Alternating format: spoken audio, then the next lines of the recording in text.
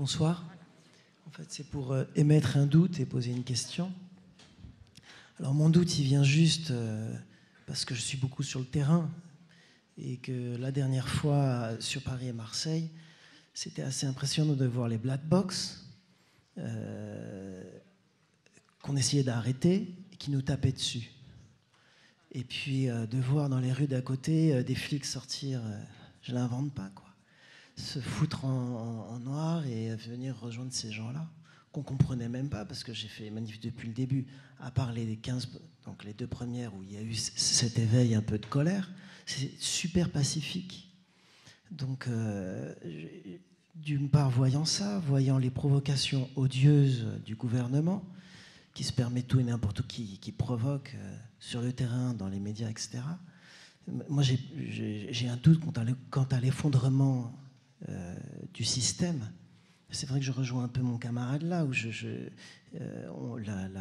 cette classe se sent sûre d'elle-même, et elle est quand même assez sûre, et par le passé on a vu des écrasements similaires.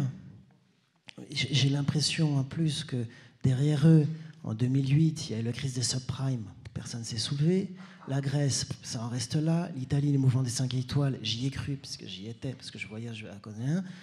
Paf, ça s'est retrouvé super institutionnalisé. Pareil, l'Espagne, etc. etc.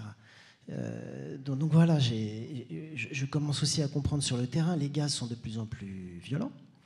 Plein de choses comme ça qui me font bien comprendre que s'ils doivent en passer, comme par le passé, à une répression violente à laquelle ils nous habituent, avec les attentats, on a des flics dans la rue, on a ceci, on a cela, etc. Ils le feront. Et cette confrontation violente, aujourd'hui en tout cas, ils gagnent. Parce qu'on a beau gilets jaunes, on l'est, on manque de masse. On manque de masse. C'est même pas les armes, on aurait les armes, on se ferait écrabouiller. Et j'ai l'impression que cet effondrement, moi je ne le vois pas. En revanche, je suis complètement d'accord quand vous parlez de l'impasse institutionnelle. Et on le vit quand on essaie de défendre avec les avocats, machin. Ils nous trouvent des trucs, mais ça a l'air infini, quoi. Et là, vous avez complètement raison. Mais sur le terrain, on n'est pas assez nombreux, même si on est nombreux, pour opposer une vraie force. Et du coup, l'effondrement, quand je vois l'armée, la police, c'est pas rien, ils sont prêts à l'utiliser. Ils l'utilisent, on est mort. Donc j'insisterai, et on en parle tout le temps en AG, et on n'arrive pas à le faire encore, sur ce qu'on appelle, entre nous, la convergence des luttes. Alors, je ne sais pas comment elle peut se produire. Je vois bien que c'est la seule solution, et que le passage à la violence, aujourd'hui, je ne suis pas contre la violence en soi, on est perdant. En tout cas, la violence directe, on est perdant. On n'a pas les armes, il n'y a pas la convergence, il nous manque tout pour le moment. En revanche, si on a le nombre, et si vous avez des solutions pour l'avoir, ce serait génial. Et ma question, c'est que pensez-vous du Frexit ?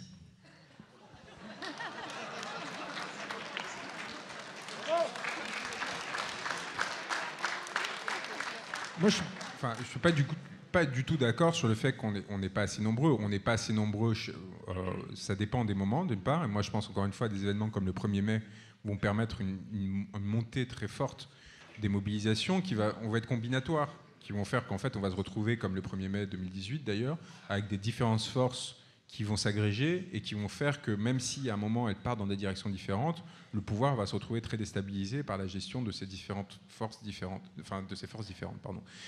On est 700 ici. Enfin, je ne sais pas si vous vous rendez compte, le miracle, c'est énorme. Enfin, c'est énorme. 700 personnes. On va tous demain. On va tous là devant la préfecture. Je souhaite bon courage à la préfecture de se défendre. Il n'y a aucune raison qu'on arrive à être 700 aujourd'hui et que vous ne réussissiez pas samedi prochain à être 3 ou 4 fois plus. Je ne dis pas qu'il faut que ce soit ce samedi, par contre. Et il y a des mouvements. Il y a des fluctuations dans les mobilisations. Évidemment qu'il y a une forme d'usure, mais ça monte et ça descend, en fait. Et il faut jouer sur ce rythme-là. Et il faut jouer sur ce rythme-là. Il faut trouver les moyens de condenser un moment, une masse suffisante, avec un objectif précis, par contre. Pas seulement avec une idée, on va marcher le samedi, etc. C'est-à-dire, on va aller chercher tel lieu symbolique. Et on va l'occuper, ce qui va provoquer une réaction, ce qui va provoquer une sorte d'usure derrière sur le pouvoir. Et en fait, par effet de système comme ça, dans toute la France, à un moment, vous allez déstabiliser au point où il y aura cet effondrement auquel je crois vraiment. Parce que si on n'y croit pas aujourd'hui, je ne sais pas quand on y croira. Hein. Enfin, je ne vois pas quand ils sont obligés de sortir les militaires dans la rue parce que les flics sont trop fatigués et qu'ils en ont marre de répondre à des ordres de répression trop importantes. Vous dites, ils n'hésiteront pas à utiliser la force. Moi, je doute fortement que des gamins de 18 et 19 ans qui sont engagés dans l'armée par amour de leur pays et pour trouver un destin soient prêts à tirer sur une foule, les types qui font sentinelle, soient prêts à tirer sur une foule pour défendre un gouvernement dont ils sentent bien qu'il est en train de s'effondrer. Et donc, eux, ils sortent le joker et ils prennent le risque, mais ils savent très bien qu'en sortant ce joker, ils prennent un risque. Et du coup, ils préfèrent les mettre d'abord en deuxième file, derrière les policiers qui, eux, continueront à utiliser des moyens non immédiatement létaux comme les LBD et compagnie pour réprimer le mouvement. Mais je pense qu'ils sont aussi peu certains que nous du fait que les militaires obéiront. Et je pense que les généraux ont dû avoir une discussion assez sévère avec Macron sur le fait qu'il n'avait pas intérêt à les mettre dans une situation où ils auraient à choisir s'ils avaient à tirer sur la population ou pas. Donc je suis beaucoup moins certain sur vous, sur leur capacité en fait, à tenir à ce rythme en fait, face à cette mobilisation. Bonsoir. Alors, déjà, je voudrais dire, avant de commencer mon propos, que M. Branco, je l'ai beaucoup apprécié. Je trouvais qu'il avait du mordant. Il a balancé pas mal d'infos sur la Macronie, même s'il y en a beaucoup qu'on connaissait déjà, même avant l'élection, de par plusieurs réseaux, comme le réseau Voltaire, comme l'UPR, comme plein de gens qui donnaient des informations. Et avant le vote au présidentiel, on savait déjà beaucoup de choses sur le réseau macronien. Donc il a ramené quelques petites choses, mais c'est pas non plus phénoménal. Mais là, sur cette vidéo qu'on va regarder ensemble, et où je m'arrête là déjà, je le trouve vraiment mauvais et à la limite de la perfidie. Alors, la question du monsieur dans la salle est très bonne. Vous remarquerez que dans sa réponse là, il omet totalement les Black Blocs. Pourtant, le monsieur a très bien décrit la situation. Et il omet totalement ce paramètre-là. Et en gros, il nous dit, allez-y, c'est par la rue qu'on va les avoir. En disant cela, je suis désolé de le dire, mais il envoie beaucoup de gens au casse-pipe à être blessés, mutilés, voire tués. Et c'est très grave. C'est très grave de dire cela. Car, à ma connaissance, il n'a jamais été en première ligne, ce monsieur. Donc au moins, quand on dit ça, on doit prendre son bâton, se mettre en première ligne et mener les troupes. Ça me paraît être le minimum si on se dit sincère et honnête, chose qu'il ne fait pas là. Et il appelle aussi, on peut noter, au 1er mai. 1er mai, d'accord, pourquoi pas. Mais le 1er mai, c'est quoi? Une réunion de syndicats. Donc, il nous ramène dans les bras, encore une fois, des syndicats. Et vous allez voir la suite, c'est pas très joli.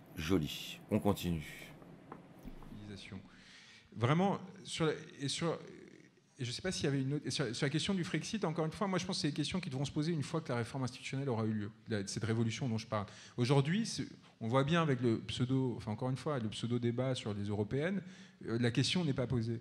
Or, c'est une question qui a été posée, en tout cas en germe, en 2005, et on a bien vu, d'ailleurs, c'est un des instruments principaux de la montée de Macron, hein, celui qui a imposé le mini-traité européen après le refus de la Constitution. Le ministre des Affaires européennes de l'époque, le secrétaire d'État aux Affaires européennes de l'époque, c'est un certain Jean-Pierre Jouyet, qui est nommé par Sarkozy au gouvernement, alors qu'il était hollandiste, le plus proche ami de Hollande, avant de devenir d'ailleurs secrétaire général de l'Élysée sous Hollande, et être celui qui fait nommer Macron ministre de l'économie. Donc en fait, cette personne-là qui est habituée à s'asseoir sur le peuple, est celle d'ailleurs qui a fait qu'il s'est assis sur le choix, notre refus de cette Europe-là.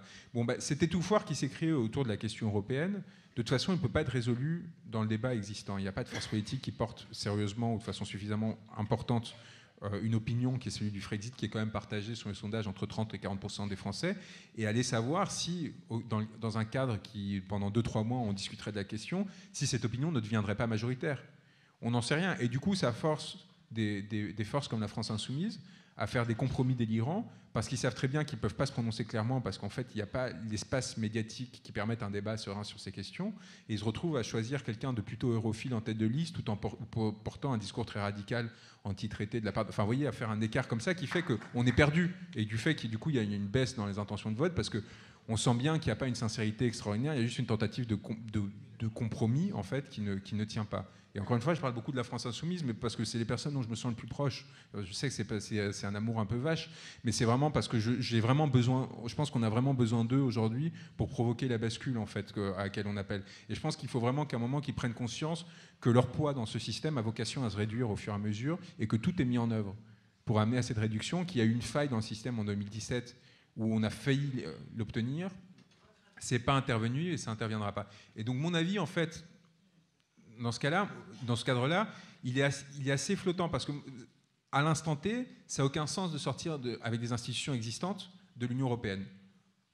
Ça ne produira rien. Je pense que par contre, avec un changement institutionnel profond, la question devra se poser sérieusement. Et moi, je suis plutôt favorable aujourd'hui à une sortie de l'euro à minima, qui me semble essentielle en fait pour pouvoir après derrière mettre. Alors, est-ce que ça passe par une résistance au changement institutionnel, enfin aux questions, pardon, une résistance aux mécanismes de sanctions et en gros une dissidence au sein de l'Union européenne avant d'en sortir directement ou pas, c'est une question qui se discute. Mais encore une fois, mon avis est aussi fluctuant que je pense celui de beaucoup de Français qui ne peuvent pas se prononcer en l'état actuel parce qu'on n'a pas eu ce débat, cette délibération collective. Et c'est sûr que si on sort de l'Union européenne en étant 51% pour sortir de l'Union européenne, ça va provoquer un schisme dans notre pays qui est complètement innécessaire, quoi. Il faudrait que ça devienne quelque chose de relativement consensuel pour qu'on ne se retrouve pas dans des situations comme le Brexit, où en fait le pays est prêt à rentrer quasiment en guerre civile symbolique, parce qu'en fait il n'y a pas de vraie majorité, ni d'un côté ni de l'autre, sur le sujet. Voilà. Donc en fait sur ces questions, vraiment, je pense qu'en l'état, ça ne sert à rien d'en discuter. Voilà. Donc vous avez bien entendu comme moi toute cette diatribe, qui est vraiment, comment dire, c'est vraiment n'importe quoi, je trouve, hein, c'est mon avis.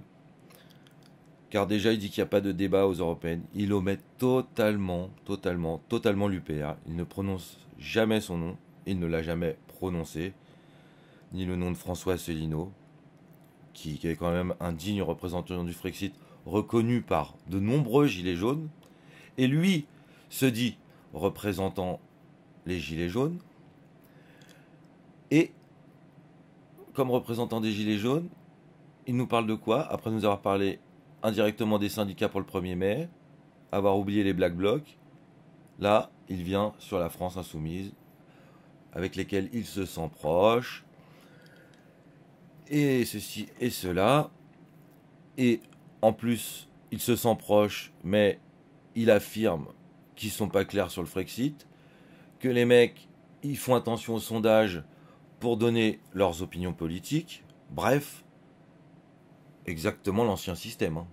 Ça, des gens qui donnent leur opinion politique en fonction des sondages, c'est exactement le système qu'on ne veut plus. On veut un système avec des gens qui défendent des idées, pas qui défendent une majorité dans les sondages. Ça, c'est plus possible, ce genre de comportement. Donc c'est complètement bizarre son raisonnement. De plus, il nous dit quoi? Il nous parle du Brexit. Il oublie bien sûr de dire que si le Brexit ça déconne, c'est parce qu'on a donné le vote du Brexit dans les mains de Theresa May qui était pour le Remain. Donc, vous donnez à quelqu'un qui est contre le fait de traiter pour la chose. Il y a forcément un problème. Et forcément, ça crée des crispations. Et forcément, ça met l'Angleterre dans la situation dans laquelle elle est aujourd'hui. Ça, il oublie de le dire.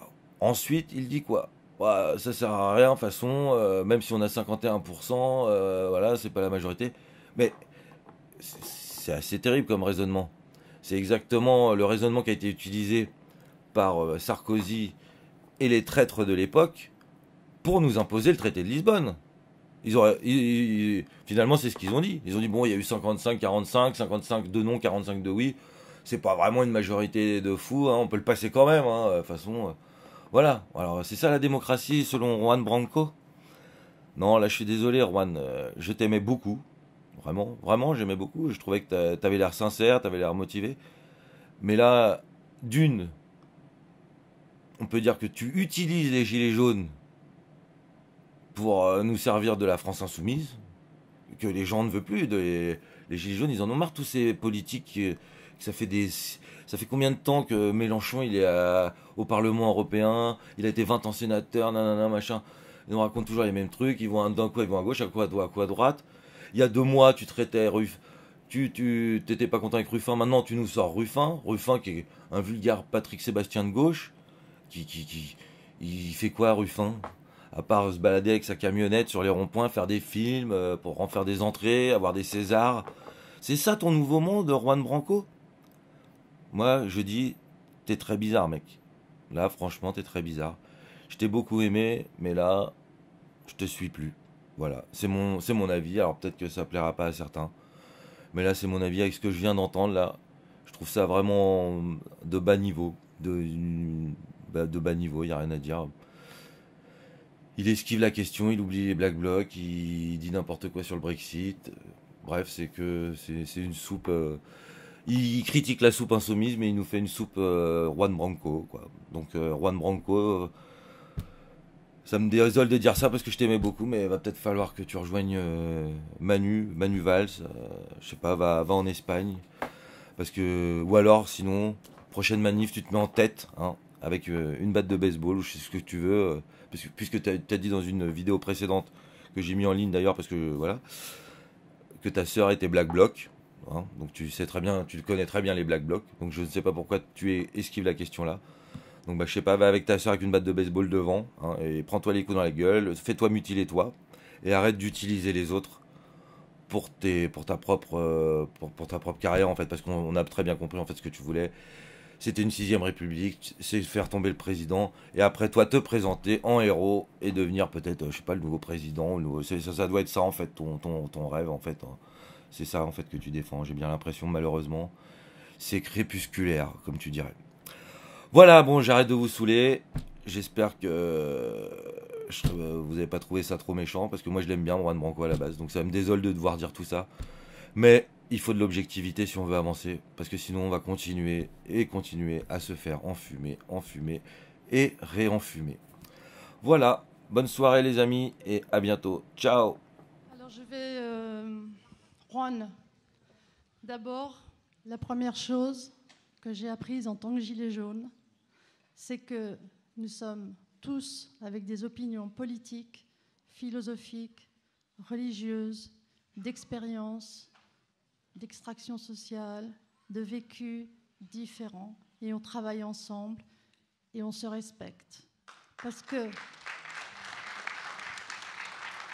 la raison pour laquelle je me permets de vous dire cela, Juan, c'est parce que je suis extrêmement déçue que vous divisiez ce soir les Gilets jaunes.